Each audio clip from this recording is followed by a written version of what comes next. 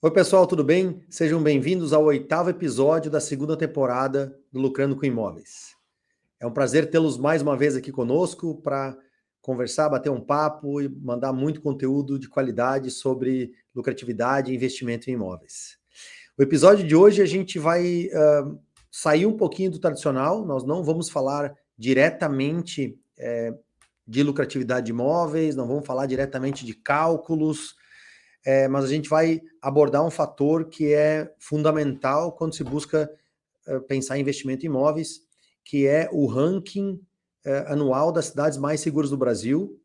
Esse é um conteúdo que a gente constrói aqui na MySide e está no segundo ano agora, e o foco é conhecer detalhadamente as regiões brasileiras, o Brasil, em relação à segurança, né? E por que a gente fala disso? Porque todo mundo sabe que segurança é um dos fatores fundamentais quando você pensa em atratividade de uma região e, obviamente, de imóveis, né? Tanto para moradia quanto para turismo, uso temporário, a segurança é um dos fatores fundamentais. Então, a ideia de ter um ranking desse detalhado e por que a gente construiu esse ranking é porque, em geral, se você está olhando para ciclos de longo prazo, né, e imóveis são tipicamente investimentos de longo prazo, a questão de segurança é uma das questões fundamentais que determinam se uma região vai ter mais ou menos potencial de valorização. Tá? Então, por isso que a gente hoje vai falar sobre isso, a gente tem esse estudo na MySide, hoje nós vamos entrar em detalhes nele para que vocês conheçam os resultados, entendam os porquês, e acho que fica clara aqui a relação de segurança com valorização de imóveis, e esse é o nosso objetivo falando desse assunto, tá bom? Mas sem mais delongas, então, bom, antes de eu entrar no detalhamento, sigam a gente no YouTube, curtam o canal, coloquem o joinha, porque, claro, isso sempre ajuda a gente a ter mais abrangência. A gente vai falar o tempo todo sobre o estudo aqui, e o link para os resultados detalhados do estudo vai estar na descrição do episódio, tá? Além de estar sendo colocado aqui na tela. Então, vocês vão poder encontrar os detalhes todos lá. E, além disso, claro, convidando todos que se inscrevam ou entrem, façam parte da nossa comunidade aí do nosso canal no WhatsApp, porque lá a gente busca tirar dúvidas, ajudar os investidores como um todo, tá? Entre no nosso canal, é uma comunidade que já tem mais de 500 pessoas, tem bastante discussão de qualidade acontecendo lá, tá bom? Bom, vamos lá. Sem mais delongas, hoje o nosso convidado é o Douglas Balena, que, além de meu irmão e cofundador da MySide, junto comigo, ele tem um histórico de atuação em grandes empresas aí, como COO, como CFO, entre outras empresas ele passou pela RD Station, pela Saint-Gobain, e ele é aqui da MySide o criador e o responsável técnico pelo estudo de cidades mais seguras, que está chegando, como eu já tinha falado, no seu segundo ano, então essa é a segunda edição que a gente publica. Então, Douglas, seja bem-vindo, obrigado por dedicar um pouquinho do teu tempo aí para falar conosco mais uma vez. Bom, primeiro fala um pouquinho de você aí, uma introdução rápida, por favor, e depois acho que você já pode começar dando uma ideia do histórico do estudo, né, do nosso anuário de cidades mais seguras, por que a gente criou, da onde que ele veio, que eu acho que é o começo da conversa aí. Legal. Bom, muito obrigado por poder fazer parte aqui do Lucrando. Então, contando um pouquinho, acho que como o Ronald mencionou, sempre tive minha carreira focada na área financeira e na área de operações, né? Sempre trabalhei muito com dados, estatística, análises, né? De todo o contexto financeiro de empresa. Então, desde indústrias mesmo, manufatura, até análise de empresas de software e tudo mais, né? Sempre gostei muito dessa área, né? Tanto que eu fiz alguns anos atrás um mestrado no INSPER, né, em São Paulo, na área de administração, também para me aprofundar na parte estatística, na parte técnica, realmente, de dados, né? E aí, falando especificamente do estudo, ele surgiu, na verdade, de um fato, de uma pergunta frequente dos nossos clientes aqui na MySide, especialmente aqueles clientes que a gente atende muita gente que mora no exterior, né? Tanto brasileiros que moram nos Estados Unidos, que moram na Europa, né? E que ou foram para lá e em algum momento pretendem retornar, ou estão em moradia definitiva nesses países e pensam em investir aqui no Brasil, aproveitar o momento econômico, mas e também, né, muitos moradores de Rio de Janeiro, eh cidades que são tradicionalmente mais violentas no Brasil, que quando falam de comprar um imóvel aqui no Brasil, a pergunta vem com uma frequência: quais são as cidades mais seguras, né? Porque são pessoas que já têm, né, especialmente que moram no exterior, escuta muita notícia negativa, vive numa outra realidade, geralmente, né, a gente vai ver como a realidade do Brasil é bem diferente para o lado negativo, né, então se preocupa muito com esse tema, né, e também pessoas que moram em locais do Brasil onde já tiveram envolvimento, experiências negativas com violência e querem sair e buscar regiões mais seguras. E essa pergunta era muito frequente: quais são os lugares mais seguros que tem, né, para morar no Brasil? E sempre que a gente foi buscar esse tema, sempre as pautas, os estudos eram muito voltadas as cidades mais violentas, os crimes, e não necessariamente onde é melhor para morar sob o ponto de vista de segurança. E aí, daí surgiu esse estudo, né? Ao mesmo tempo, a gente analisou todos os estudos, tem estudos super consolidados no Brasil sobre o tema de segurança. Porém, além desse foco em onde é mais violento, né, as causas da violência, né, também a gente olhou a parte estatística, de fato, para entender a fonte desses dados, e a gente viu um potencial viés desses dados, que era a fonte das informações sempre feita com origem nos dados das secretarias de seguranças públicas do Brasil, né, que são órgãos estaduais. Isso pode gerar um viés considerável numa pesquisa como essa, porque a Secretaria de Segurança Pública, naturalmente, em estados que são menos estruturados, né, elas têm menos capacidade de gerar informações de qualidade. É natural isso, né? Então, gerar dados de qualidade custa caro, é difícil, precisa de áreas especializadas, não é questão de má ou boa vontade dessas instituições, é uma questão que realmente eles têm o mundo pegando fogo ao redor deles, né, diversas coisas para resolver, e não necessariamente conseguem dar conta disso com a estrutura que existe, né. Além disso, existe um potencial viés político, né, que sempre que uma Secretaria de Segurança Pública for divulgar um dado negativo, ela vai ter uma pressão natural do governo do estado, das cidades, e que vão ter que suportar essa pressão de não ajustar nenhum tipo de número. Então, é difícil você analisar essa informação sem considerar que pode haver algum viés em um determinado estado. E é natural também você acreditar que haja uma correlação, onde você tem menos estruturas nas seguranças públicas, nas instituições de segurança pública, você tem menos dados, né? Então, se você não considerar esse fator e utilizar essas informações, você vai acabar chegando à lógica que tem menos homicídios computados justamente onde é mais violento, porque você tem menos estrutura de leitura, de estruturação de dados, de análise de dados lá. Então, essa foi toda Talvez. a lógica e por isso que a gente decidiu fazer esse estudo e ter um estudo que a gente pudesse trazer para os nossos clientes de uma forma realmente que a gente acreditasse que é uma fonte adequada para essa tomada de decisão, né?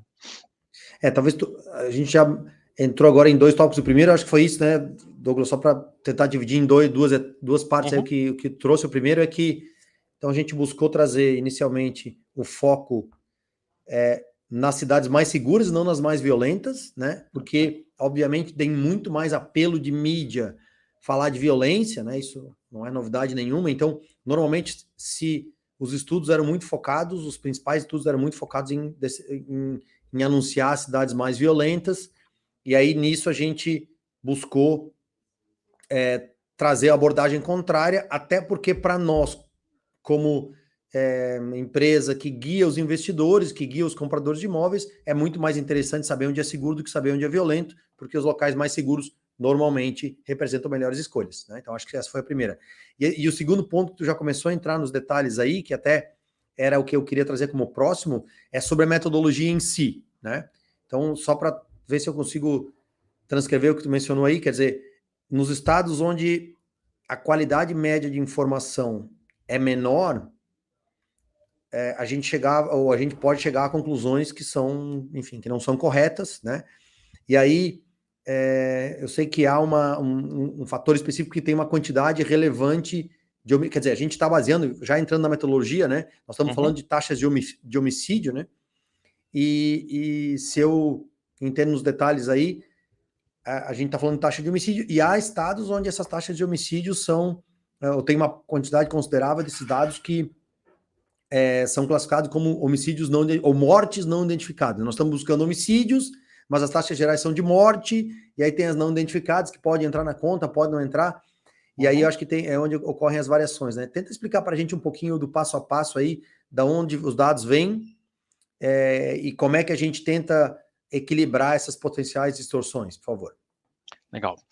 Primeiro, por que da métrica, né? Qual que é a métrica? A métrica é taxa de homicídios a cada 100 mil habitantes. Né? Por que dessa métrica? Essa é uma métrica que pode parecer, de certa forma, simplista para classificar como violência, mas é uma métrica que ela permite a comparação em qualquer lugar do mundo. Né? Então, é uma métrica que eu consigo comparar do Brasil com os Estados Unidos, com a Europa, com a África, sem nenhum problema. Né? Então, e ela por essa razão, por essa facilidade, imagina que você estaria medindo outras métricas, como, por exemplo, taxa de assaltos, né? Isso vai entrar muito, por exemplo, quantos assaltos não são levados à polícia, quantos boletins de ocorrência não são feitos. Então, aí tem classificação de assalto à mão armada, assalto ou roubo ou furto, perdão, e por aí vai. Então, todos esses e outros indicadores acessórios, eles precisam de uma super qualidade de dados para poder ter uma confiabilidade mínima para avaliar a qualidade de segurança. Então, no mundo inteiro, a taxa de homicídios a cada 100 mil habitantes é utilizada como padrão, né, de mensuração de segurança, inclusive considerando que é o órgão da ONU e todas as instituições, basicamente, quase todos os países do mundo utilizam essa mesma métrica. Nós buscamos as informações daquilo que a gente acredita que é a base mais confiável que existe no Brasil hoje, que é a base do Ministério da Saúde, né, onde todos os municípios reportam para o Ministério da Saúde os atestados de óbito de cada morte que existe no Brasil, não só mortes violentas, né? Então, por doença, por tudo. Então, por exemplo, em 2023, foram 1,5 milhões de óbitos no Brasil.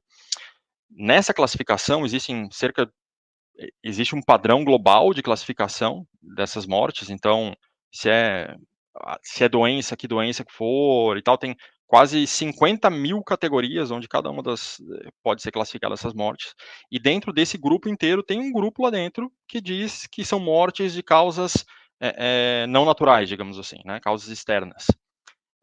Boa parte dessas métricas já vem categorizadas como, por exemplo, é uma morte de causa externa, que é um homicídio intencional, né? É uma morte intencional.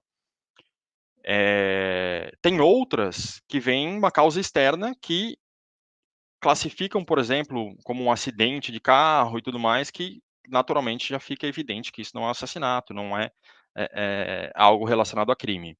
E tem outras que vêm uma categoria que é mortes de causas externas, onde o laudo não aponta, né, a causa.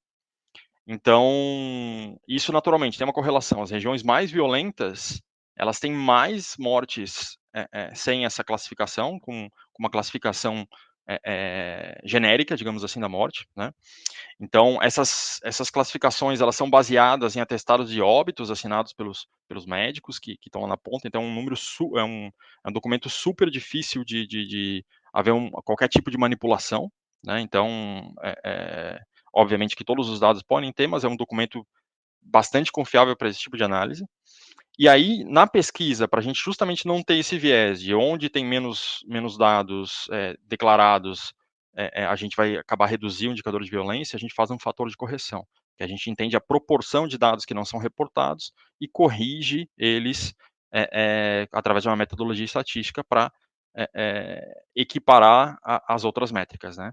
Então, é basicamente essa a fonte de dados que a gente tem, são dados públicos, estão disponíveis no site do Ministério da Saúde, né? Então, qualquer um pode acessar, não tem nada que seja escondido ou qualquer coisa do tipo, né? Então, as mortes vêm do site do Ministério da Saúde. O que a gente faz é que a gente tenta eliminar da conta esses óbitos não identificados, certo? Conforme a proporção Uhum. dos outros.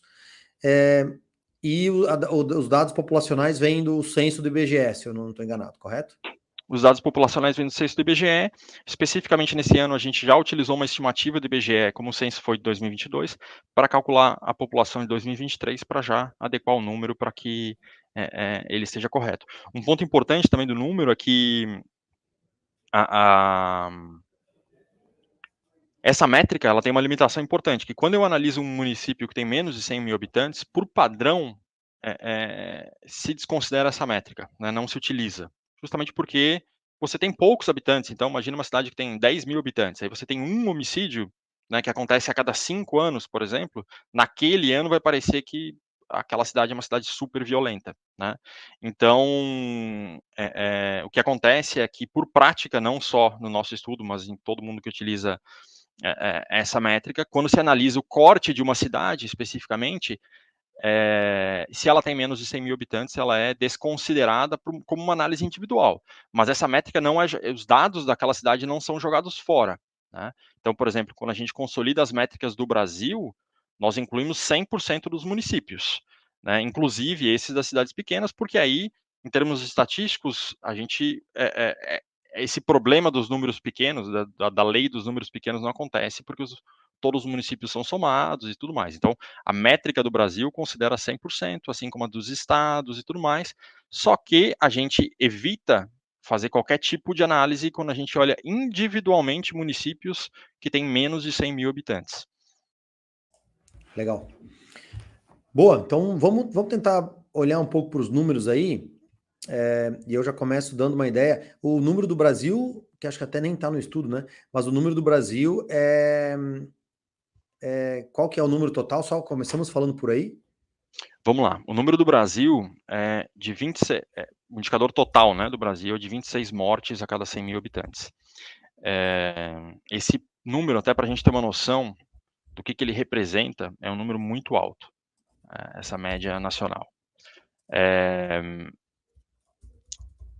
Dentro de 209 países monitorados pela ONU, o Brasil é o 17º em termos de violência, né?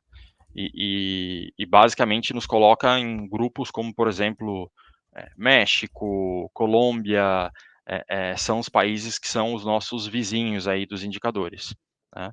E nos põe a uma distância enorme de localizações como que são de mais sólidas em relação à segurança pública, como, por exemplo, Japão, Europa, Austrália, que tem países que têm indicadores que são menores do que 0,5, né? Então, O Japão é é, 0,3, por exemplo, né? Só para dar uma ideia, né?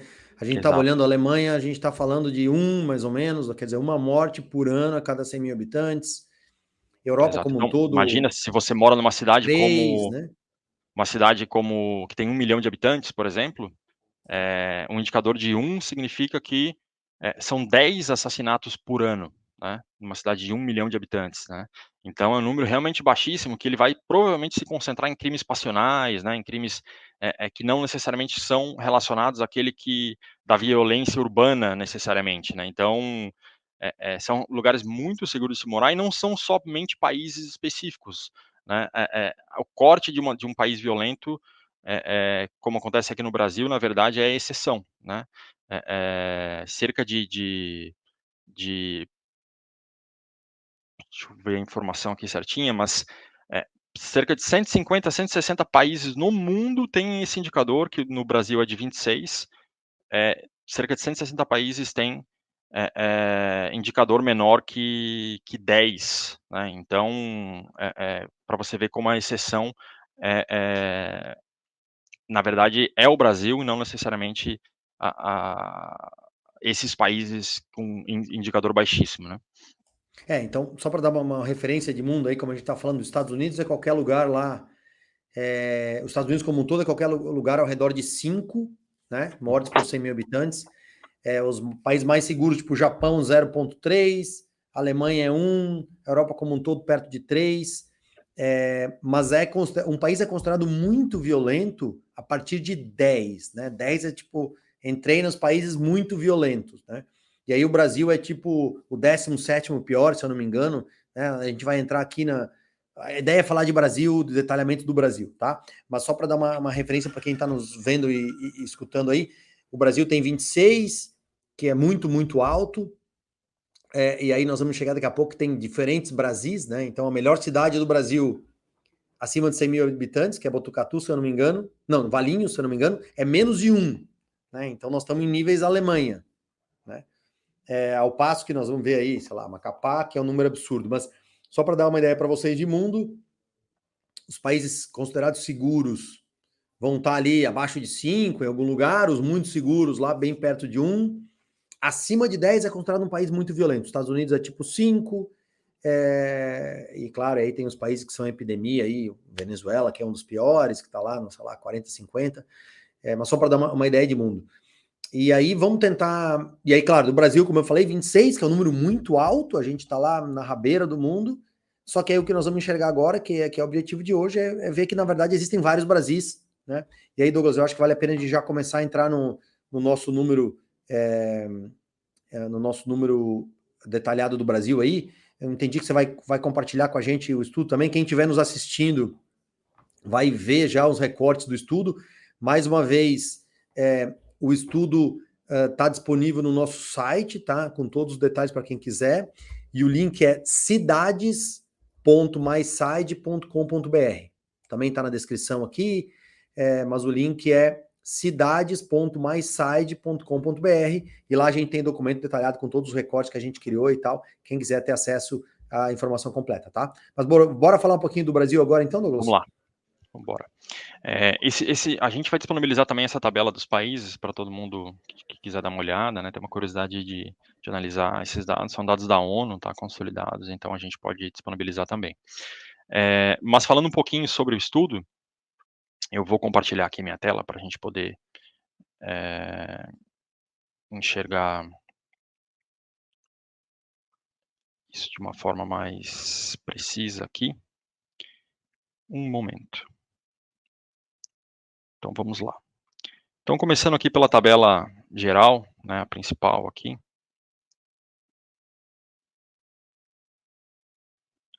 Aqui nós resumimos os estados do Brasil, né? Então, uma vez que a gente olha aqui, a gente vê que existem Brasis diferentes, né? Então, Santa Catarina com 9,2, São Paulo com 10,5, Brasília, né? A gente tem um primeiro nível aqui de 3 estados, que na verdade, Santa Catarina e São Paulo, 2 estados, e o Distrito Federal, que estão abaixo de 15, aí depois o Rio Grande do Sul com 18, Minas Gerais 19,9, e aí a gente entra num grupo que esse número supera 20, né? Que começa com Mato Grosso do Sul e por aí vai.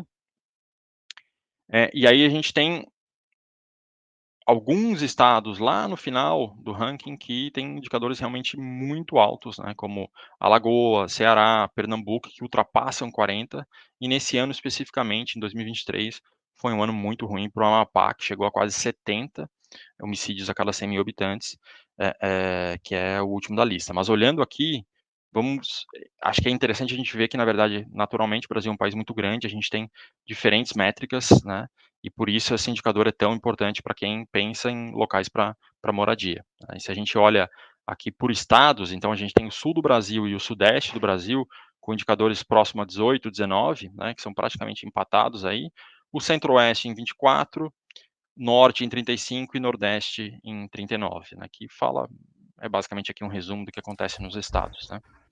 Talvez aí, tentando. Volta, por favor, na primeira tela, que mostra estado por estado. Eu acho que fica Uhum. claro aqui que a gente tem alguns grupos, né? São Paulo e Santa Catarina se destacam, obviamente, como mais seguros, e eles estão ali abaixo do que é considerado mundialmente como muito violento, ou ali na linha, que é 10, mais ou menos, é muito parecido, São Paulo e Santa Catarina.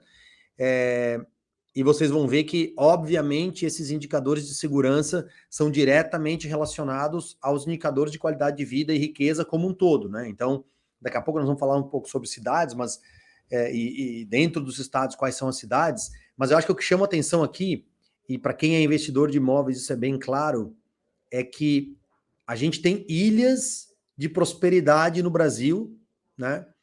E essas ilhas de prosperidade, elas costumam ser por definição, os locais onde há uma grande valorização dos imóveis, onde há maior valorização dos imóveis, né? Então, olhar para esses números aqui, e primeiro de uma forma geral, entender quais são as regiões, e depois dentro de cada estado, nós não vamos falar, acho que no detalhe agora, hoje, mas no estudo nós temos os recortes por estado das melhores cidades, né? E naturalmente, os locais onde a segurança melhor, nós estamos falando de regiões mais prósperas e que têm uma qualidade de vida de forma geral melhor, né? Então, para isso, o índice de violência serve também indiretamente como um índice de prosperidade como um todo, né? Que fala de economia, fala de educação, fala de, naturalmente, os locais que são economicamente mais fortes, eles têm uma violência menor. Mas aí, antes de entrar nas regiões, assim, nós vemos a lei de São Paulo e Santa Catarina, que é o grupo 1, né? Os líderes aí. Aí depois nós temos um grupo grande de cidades que é de sul, sul, sudeste, centro-oeste, então Distrito Federal, Rio Grande do Sul, Minas, Mato Grosso, Paraná, Goiás. Goiás já está ali em 23, né? Então, que são as cidades, que são os estados intermediários que vão até a média brasileira aí, e aí destaque para Piauí, Acre e Paraíba, né? Que apesar, e até o Maranhão, que apesar de estar nas regiões mais pobres, são o que tem uma pior performance, são os melhores estados dentro dessas regiões, né? Então, Goiás e Brasília puxam o centro-oeste, depois a gente tem Acre, Paraíba, Maranhão. E aí, São mais os ou menos únicos ali a fora média do Brasil. do eixo sul-sudeste, né, então, Isso, e né? centro-oeste, né. Isso, são os únicos estados que estão abaixo da média ali, ou até a média, e estão fora de sul, sudeste, centro-oeste. Aí a gente passa a média, então o 11º é a Paraíba, que é mais ou menos o Brasil, né? Paraíba está no índice médio brasileiro. E aí depois a gente vem os estados que são os piores estados, e aí, obviamente, sem surpresa, nós estamos concentrados nos estados que são norte e nordeste, em geral, né? Que são menos ricos e são mais pobres como um todo, e aí tem alguns caras que chamam atenção, Espírito Santo é 35, Rio de Janeiro, obviamente, 37, que são locais que são reconhecidos por serem mais violentos mesmo, e que eu acho que tem aí um descasamento, quer dizer, não necessariamente eles são economicamente mais pobres, mas eles têm um problema sistêmico de segurança pública, né? Rio de Janeiro, por todas as facções criminosas e assim por diante, né? E aí até a gente chegar lá no fim, no Amapá, que é um número de guerra civil. Eu acho que se fosse um país, o Amapá seria, O sei mais lá, violento do mundo. um dos O mais piores violento. do mundo, né? E que de fato tem uma situação que é hiperepidêmica aí, né? Mas acho que é bem interessante tentar distinguir e enxergar esses grupos, né? Quer dizer, o pessoal mais seguro que é Santa Catarina e São Paulo. Aí depois o grupo dos abaixo da média aí, né? Que estão principalmente Sudeste, Centro-Oeste e Sul. E aí depois os estados que de fato são mais violentos e que pioram, e que vão piorando muito até chegar em índices lá como... Acho que a Amapá deve ter, eu nem sei no detalhe o que aconteceu lá, mas deve ter uma questão sistêmica. Não sei se 2000, tu lembra, Douglas, se no estudo do ano passado o Amapá era tão ruim assim ou não? Não era tão ruim, mas era bastante alto também, Era o né, pior então já. assim, era um dos piores, não o pior. Isso. Tava Tá no bom. grupo, assim, no grupo dos últimos, né, assim, desconsiderando países em guerra, né, no mundo, o pior país, até alguns anos atrás era El Salvador, com em torno de 50, né. El Salvador ainda tem que atualizar os números aí com toda a mudança de política que teve lá, mas era só para a gente ter um patamar. O pior país do mundo não em guerra era em torno de 50 homicídios a cada 100 mil habitantes. E aí quando a gente olha Pernambuco, Bahia, Amapá, eles estão basicamente no mesmo indicador do pior país do mundo, né? Legal. Beleza, então esse é o recorte dos estados, daí depois tem aqui o recorte das regiões, que eu acho que conversa, que eu já tinha até mostrado, né, Douglas, mas que mostra mais ou Uhum. menos isso, né? Sul com 18, Sudeste com 19, Centro-Oeste 24, e aí Norte 34 para 34,5, né? Quase 35, e Nordeste 39, né? Naturalmente, mais uma vez, tá claro que Sul e Sudeste é, são são os estados mais seguros, e a gente vai para Norte e Nordeste, são os mais violentos. Até a nossa produção aqui nos está falando, o Amapá no ano passado tinha 46, e a Bahia, na verdade, foi o pior estado em 2023, e 2023 a Bahia estava com 46 também. Então, de fato, teve uma piora relevante no Amapá nesse ano, porém, o Amapá já foi em 2022, né, que os dados desse ano são de relação a 2023, e os dados que a gente publicou em 2023 eram em relação a 2022, né, mas o Amapá já era muito pior. Esse ano foi bem pior, né, piorou bem, deve ter, sei lá, facções, enfim. O objetivo nosso não é estudar a violência aqui, então provavelmente é alguma coisa relacionada a facções Até, criminosas, brigas e tal, mas de qualquer forma, o Amapá, que é o último esse ano, era o penúltimo no ano passado. Né? até para deixar claro, houve alguns questionamentos em rede social sobre o que compõe esse índice no fim do dia, né? Inclusive foi comentado, não, no estudo da MySide não inclui mortes por policiais e tal. Né? Todos os homicídios, independente de quem fez, quem não fez, estão dentro do estudo. Tá? Então, pode ter sido de policial, pode ter sido de facção criminosa, ou pessoas que anteriormente não eram criminosos, eles estão incluídos no estudo. Né? Então, por exemplo, se um estado teve uma ação policial que foi bastante focada em um excesso de violência, alguma coisa nesse sentido, vai refletir no número. Né? E acho que também é importante ponderar que, assim, a gente está vendo aqui o Sul e o Sudeste como os primeiros no ranking, mas está longe de ser um número de se orgulhar, né? É um número, assim, certamente a gente pode chamar o número de menos pior, né? E não melhor número. Então, e aí eu acho que é legal até entrando, isso a gente consegue olhar assim, observar aqui no próximo gráfico, é o gráfico das cidades, das capitais, na verdade, a gente começa a olhar um nível de quais cidades a gente pode começar a dizer que elas não são as menos piores, que elas já têm um nível que talvez a gente possa começar a dizer esse nível é aceitável, né? Que dentre as capitais, Florianópolis é a primeira e São Paulo, a cidade, o município de São Paulo é a segunda colocada, né?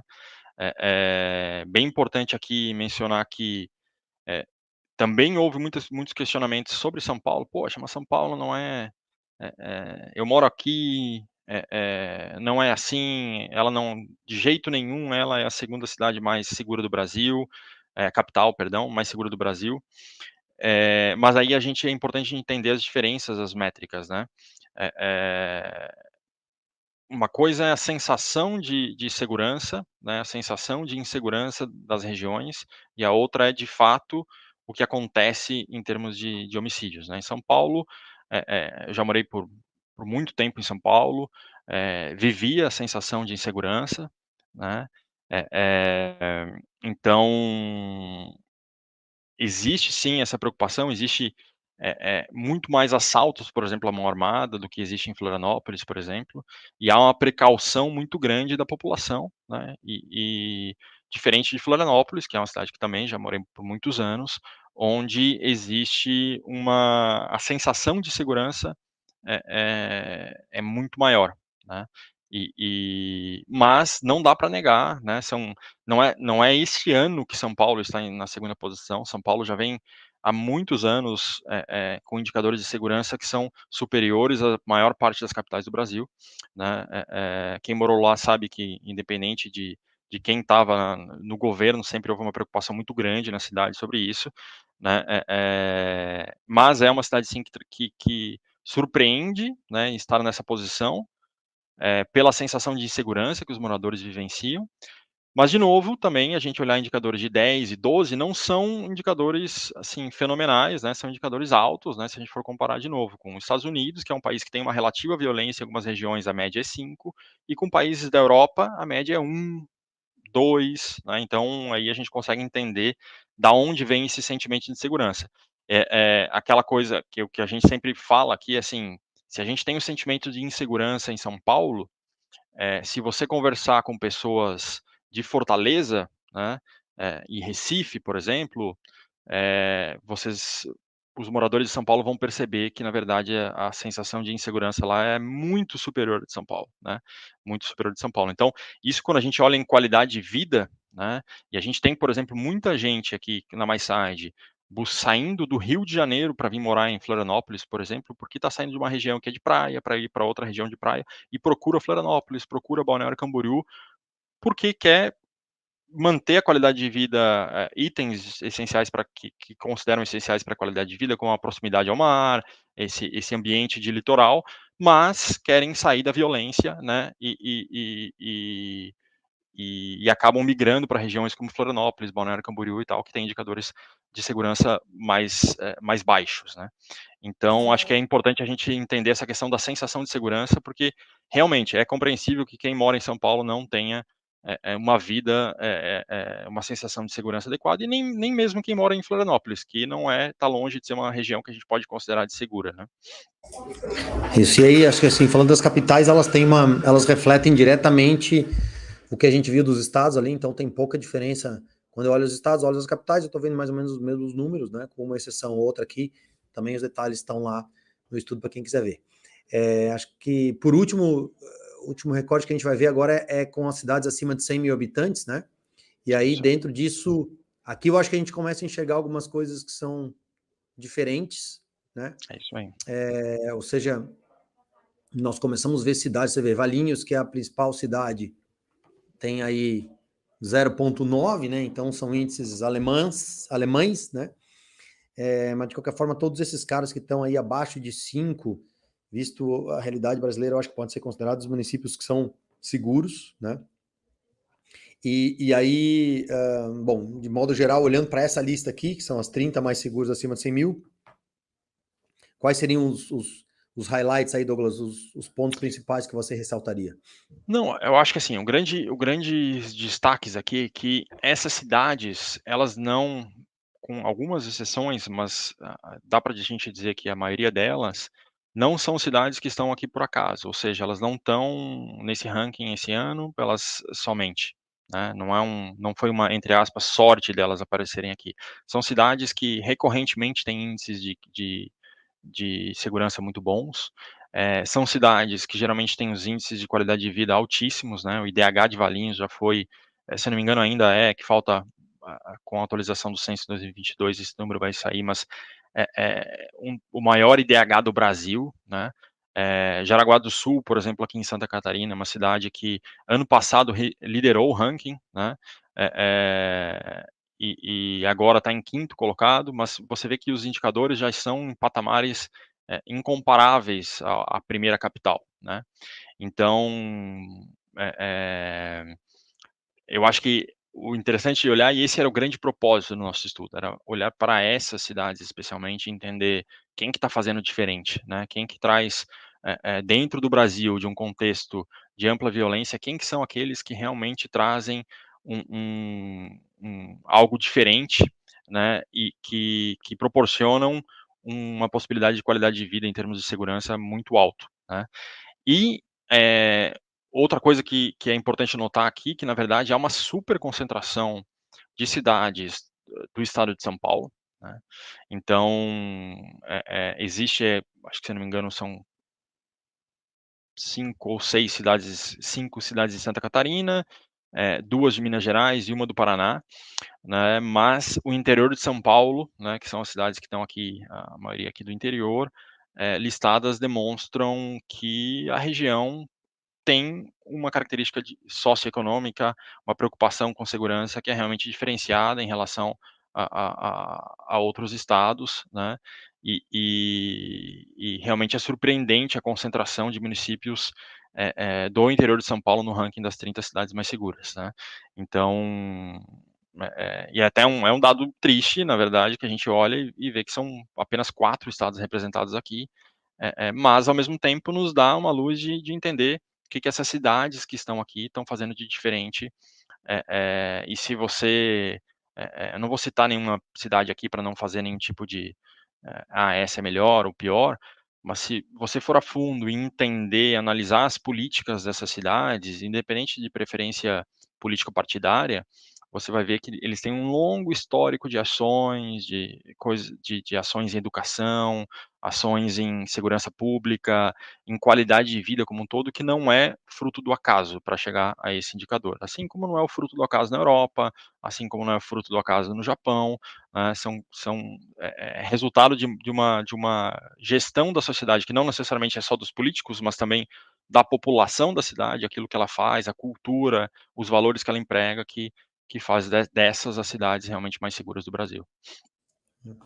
E aí, depois, só para a gente encaminhar aqui já para o encerramento, aí nós não vamos entrar nos detalhes aqui, não vamos ficar discutindo, mas aí depois a gente tem recortes aí de, por exemplo, subindo o tamanho das cidades, né? Então, indo para 200 a 500 mil habitantes, e aí depois tem recorte ainda, eu acho que acima de 500 mil, né? Exato. E por último, a gente entra em cada estado.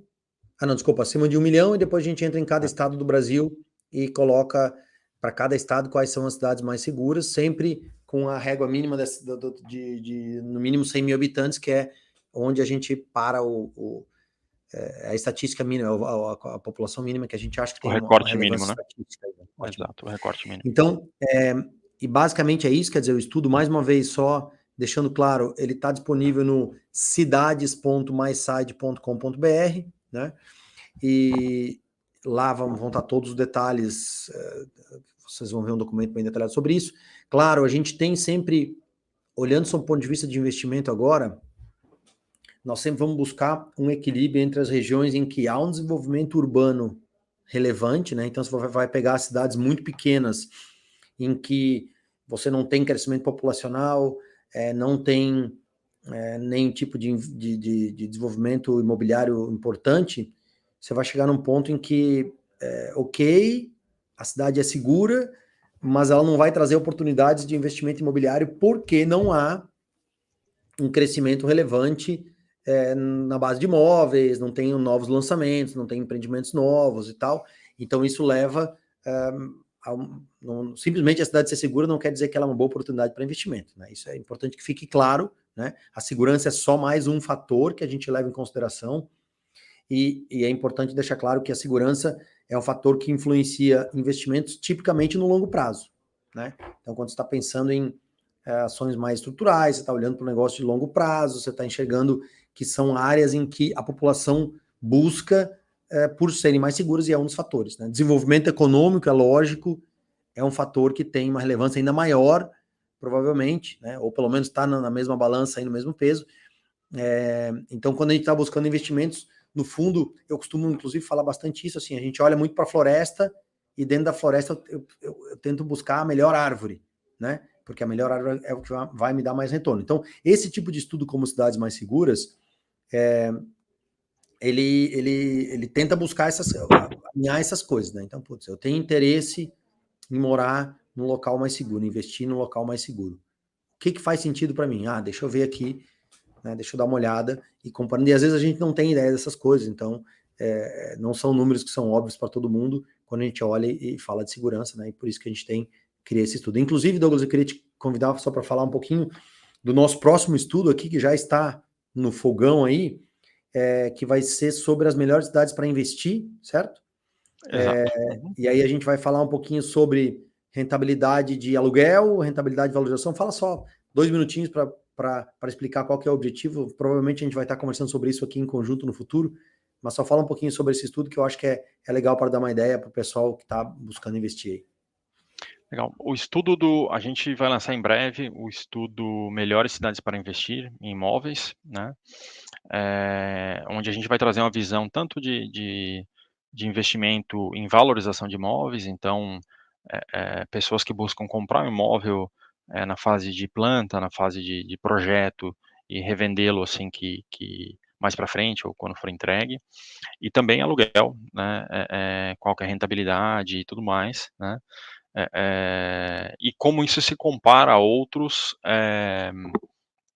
indicadores de mercado, né, como investir em ações, renda fixa, e tudo mais. Então a gente vai fazer uma abordagem aí para buscar trazer uma informação mais precisa de quais são as melhores cidades nos últimos anos aí para se investir, para trazer mais uma informação para dar suporte à decisão do investidor de imóveis, né. Isso. Então, o que a gente vai fazer com esse estudo, basicamente, é pegar os indicadores que são, na média, conhecidos aí, FIPZAP e outras coisas, mas colocar eles num formato em que a gente consiga calcular diretamente a rentabilidade e dizer, olha, nos últimos tantos anos, os locais que mais deram dinheiro em aluguel, que mais deram dinheiro em valorização foram esses, né? Vai ser mais ou menos do mesmo Exato. formato que a gente fez aqui, os Cidades É. Mais Seguras, só que focado em valorização. Exato, e com um corte específico em rendimento, né, porque se fala muito em valorização de imóveis, né, e quando a gente fala valorização, imóvel saiu do preço 100 para o preço 200, mas se eu comparar qual que é o rendimento de fato, depois de tirar os impostos, depois de tirar as taxas, e tudo mais, quanto que sobra no bolso do investidor, comparado isso a outros investimentos que existem no mercado. Legal. Bom, agradecendo, Douglas, mais uma vez, obrigado pelo seu tempo aqui de estar conversando conosco. Valeu. Agora deixa eu só fazer meus comerciais aqui. Pessoal, mais uma vez, entre no nosso grupo de WhatsApp lá,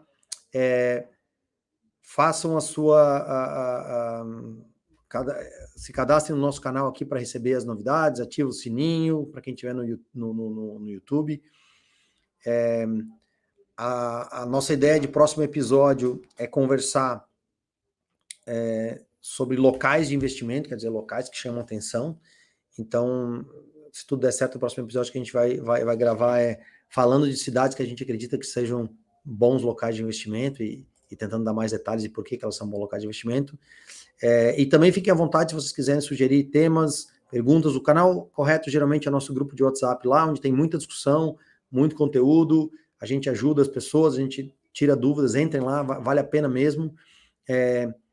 E mais uma vez, obrigado pela atenção e pela audiência, e até a próxima. Tchau, tchau.